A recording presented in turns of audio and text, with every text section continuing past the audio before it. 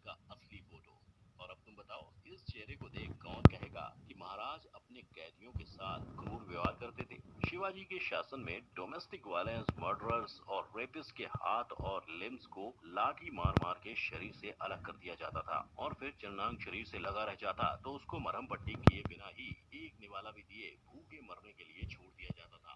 ये सब करने का केवल एक अर्थ था कि शिवाजी के होते हुए सारी औरतें सेफ रहें। Also let me tell you, ये इकलौती बात नहीं है जिससे आप अनजान थे। अगर मैं आपसे पूछूं कि शिवाजी महाराज का सबसे बड़ा दुश्मन कौन था, तो नाम आएगा औरंगजेब। पर अगर मैं कहूं कि एक वक्त ऐसा था जब शिवाजी ने औरंगजेब को मदद का हाथ दिया था सो दैट वो बीजापुर पर जीत हासिल कर सके, तो मानेंगे? वेल, मानना पड़ेगा, क्योंकि ऐसा असल में हुआ था। और जब शिवाजी और औरंगजेब बीजापुर की ओर निकले तब चीजें बैकफायर हुई। Result, Bijapur wasn't conquered. अब अगर औरंगजेब की बात छिड़ी है तो मुगल्स की बात होगी। और ऐसे में मुगल्स के और इंडिया के लास्ट किंग बहादुर शाह जफर द्वितीय को हम कैसे भूल सकते हैं? ना ना, मैं जानता हूँ आप सभी उनके असली पिक से वाकिफ हो।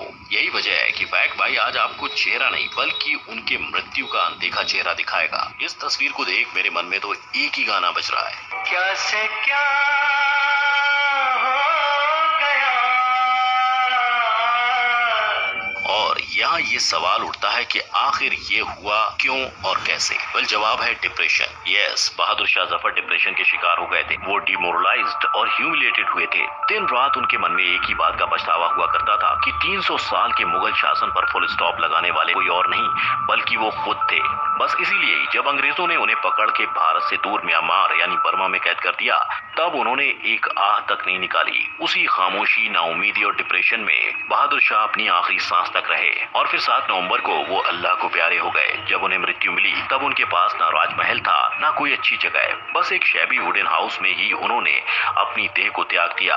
और इसे विटनेस करने के लिए उनके परिवार के 2-3 लोगों के अलावा कोई नहीं था, क्योंकि ब्रिटिशर्स नहीं चाहते थे कि भारत में बहादुर शाह की मृत्यु की